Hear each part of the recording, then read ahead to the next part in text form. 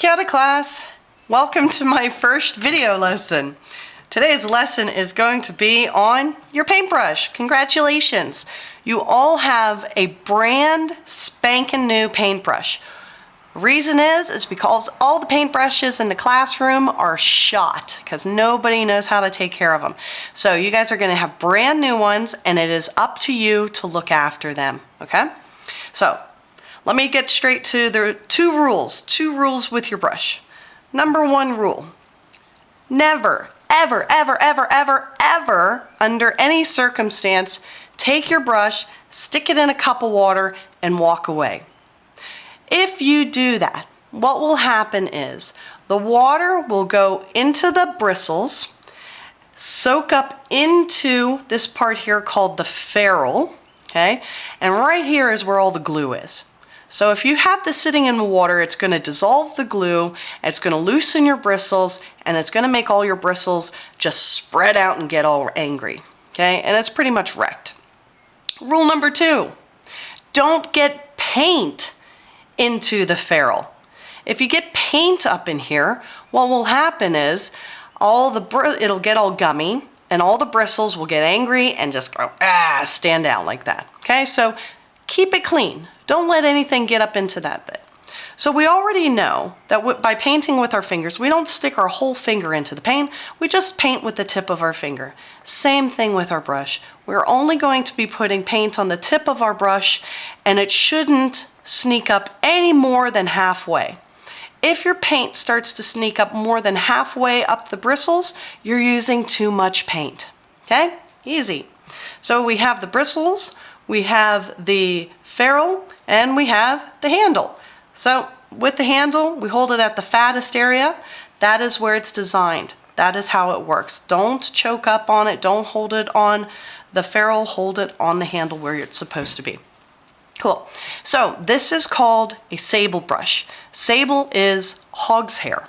Now hog's hair is the best kind of brush anybody can learn with. And I love them, okay? The reason why I want you to work with a hog's hair brush is because they're reactive. It's going to respond to how you paint. And if you use the same brush over and over and take care of it, it will become personalized. It will take on your hand. Here's mine, okay? Now, as you can see, somebody got some paint up in the ferrule, and if you look at it, you can see how the bristles have kind of spread out up here. It used to be a lot tighter, but now it's a bit squishy, okay? So that was because paint got up in the ferrule. I was able to get most of it out. It wasn't there for long, but that's what will happen. So don't let paint get in your ferrule. The next thing is, if you look really closely, you can see how the bristles are no longer the same length. Okay? They have actually been worn away by being rubbed against the paper. Okay? And by doing it, it creates these beautiful feathers, and they're all called flags. Okay? And so when you have a brush that is beautifully feathered from use, you can get the smoothest of transitions, beautiful gradients, and a lot of people can get almost like an airbrush quality. So what we're going to do is we're going to work on basic skills with our brush today, and it's going to help break it in, okay? So what we're going to do is we are going to do a lesson today on painting trees. Now, this concept works for everything. It works for your mountains, it works for your houses, your buildings, trees, bushes, and fields, everything that's in our painting, okay? So it all comes down to a couple basic steps. Establishing the background, in the opposite color, so in the sense that I want green trees, I'm going to use the complementary color red as my underpainting. I'm going to build a background, a midground, and a foreground. Once I do all that, I can put on some little flashy bits, and that's it. The other key thing to remember is less is more. Less paint. So everybody is going to have a sheet of paper with 6 shapes on it. Now, I'm only going to work in this video on the first 3, okay? I'm going to show you a step, and I'm going to tell you how to do it, and then I'm going to say pause. That's when Miss is going to pause the video and you guys do it. If you finished before the video starts back up again, move on to the next ones. So you should always be practicing. You should be doing pretty quick movements, keeping with our gestural movements, not getting real tight. And remember, don't overmix. If you overmix your paints, it's all going to get muddy. All right? So you should have yourself set up with your brown paper, and then on top of your brown paper, put a little piece of white paper as your scratch, and your palette. Now, your palette can be off to the side so your neighbor can reach. It's a good idea. Great, so let's start. What we're going to do is we're going to actually use for the first time the lid of our palette, because we are going to be mixing some colors before we put them onto our canvas. Now this is at the very last stages. Okay, so let's start. First thing is I want green trees and hedges, so I'm going to use the complementary color, which is red. Now first thing I want you to notice is that I'm just gently picking up the paint.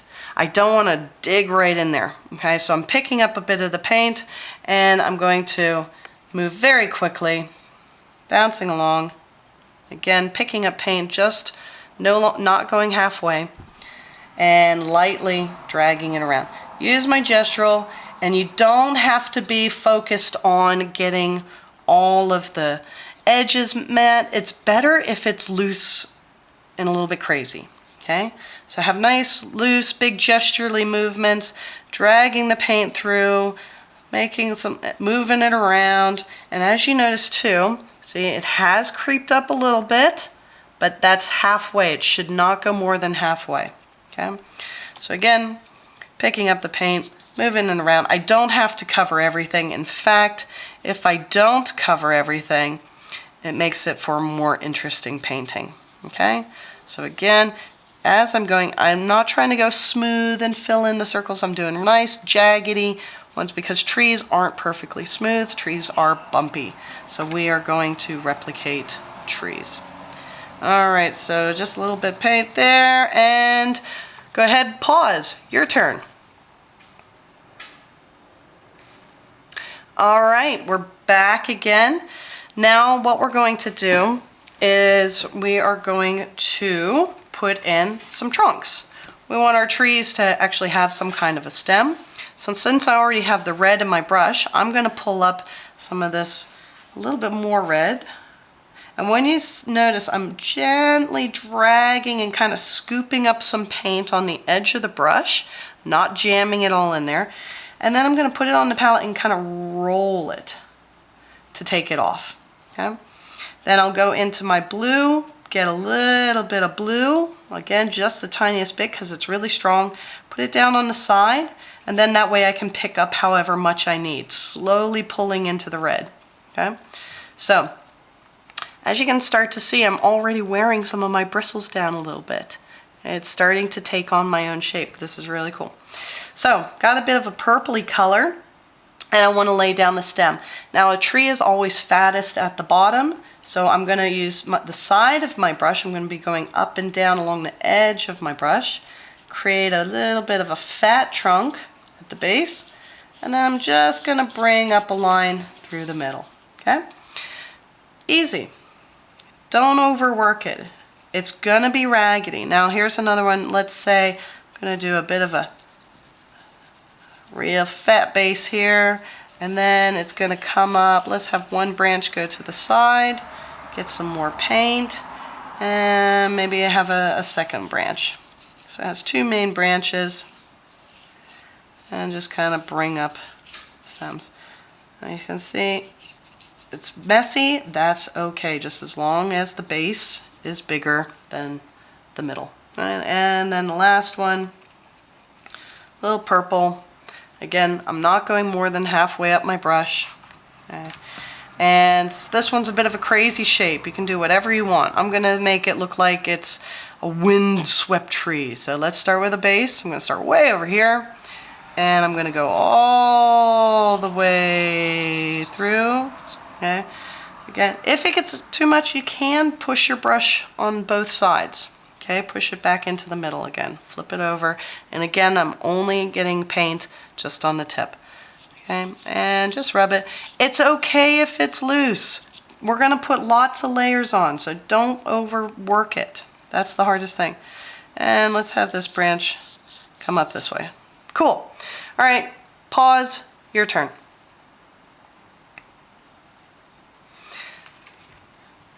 All right, we're back. Now we've noticed that I want to start painting my trees now. I want some greenery. And so what I need to do is if I put yellow on top of this, I'm going to get mud.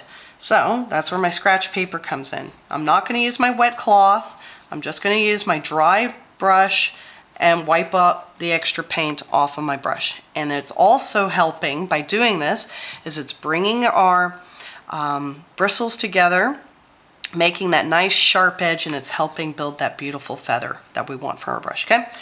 Next thing is I want to make green. So I'm going to reach in and I'm going to gently scoop up some yellow. And you notice, see, it's only on the tip of my brush. Roll it off the brush. I might do that twice, get some extra. I'm going to use a bit of green here. Okay, some more yellow. Rolling it off nice and gently. And then picking up some blue. Again, just a little bit, and I'll put it to the side. Okay? Now I can mix my green. We're using our backgrounds, so we're going to be going in the opposite of what we've been doing for our landscape painting. Okay? We want to have darker green for the background, middle green for the midground, and lighter green for the foreground. So I got my, let's go a little bit darker green. Don't be afraid to go, dark green. There we go, that's better. Okay, and like I've been doing all along, I'm going to keep those gesturally movements. Okay, so I'm just going to squish them around. And what I don't want to do is I get rid of all those really beautiful brush strokes. Okay, see how the paint, let me add some more blue. There we go. Okay, again, I'm only working with the tip of my brush. Okay, squish it on there, and don't try to cover everything. Okay, just make sure we can have some, it looks green. Okay, cool. Moving along again, get a little bit of blue, squish it on. And don't worry about those lines, don't panic, don't overwork. Again, paint isn't getting any deeper than halfway. Okay, move it around, make it erratic. And it helps if you work in a little spot at a time and then just move across your painting. Okay, a little bit at a time. Little bit, a little bluey there, that's okay. Put some yellow in it, there we go. Okay. I'm not over mixing my paint, and I'm not using too much. I'm letting some of that red still poke through. Okay, that's all. Oops. One more blue. Now with the shapes, keep them going with the shapes. That's one circle there. I'm going to do one circle. The more you leave out, the more interesting it's going to be. So you know what? If I don't, I'm going to leave that stem showing. Okay? I'm going to use the whole circle, a little bit, a little more yellow. There we go. And don't over mix it. Okay, keeping with my circles. There. All right, pause. Your turn. All right, welcome back. So if your brush starts getting a little bit crazy, just use your dry paper and push it back into shape. That's the greatest thing about these brushes. Look how it's already behaving. It's becoming beautiful as we speak. All right, so background, darker greens. Now we're going to work in our middle layer. So we're going to use middle greens, and again, I'm just picking up the yellow with the tip, rolling it off of my brush. Okay, not using water, or else water is going to make my paper all soggy and dilute my color. Now I want us to be thinking, I want us to be thinking about which way the sun's coming. For this, I'm going to have the sun coming from this side. Do that always through your whole painting. Always have the sun coming from one direction, okay? So I'm not going to cover the whole shape. If I do, it's going to look flat. I want it to look three-dimensional. So I'm only going to put it in the direction of where the sunlight is, okay? So I'm going to bounce around again, and I don't want to make it like a pattern, okay?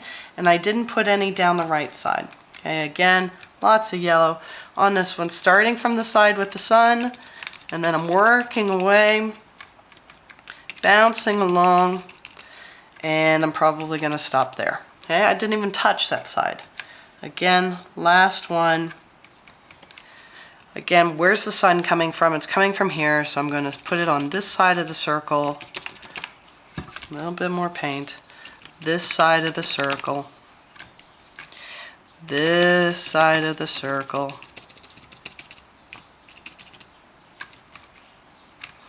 And this side. Okay. Where was I? Somewhere right here, build up. See, getting a little bit crazy. I just need more paint. Okay. There we go, build up a bit. Cool. All right, pause, your turn. Great, all right, welcome back again. So we've done our opposite for our undercoat. We've done our dark green for our middle. We've done our, excuse me, middle green for our middle ground. Now we're gonna use a light green for our foreground. So again, lots more yellow. Okay, go hard on the yellow. Building it up. And again, we're going to keep the sun coming from the same direction, and I'm going to paint even less. Last time I stopped here. This time I'm only going to go a little bit. And again, less is more. Use less. Don't make a solid line. Don't make a solid shape. Bounce it around. Just a couple dots. Okay? Just a couple, and that'll make it more realistic. Okay, your turn. Go. And we're back. So now, again, just shaping my brush, getting it back in shape again. Okay, so all those bristles are back in line, and it's starting to behave really well. Okay, now we're getting close to finishing. If you think you've missed so much, you can go back in, but try not to overwork. If you mix your colors, you're going to lose all that beautiful texture that makes it look real. Okay. Now we're at the finishing stages. What we can do is say get a little bit of white, tiny bit of white. You see, okay. Less is more. And I'm just gonna put a couple dots around. Okay. And again, I'm thinking only about where the sun is. Okay.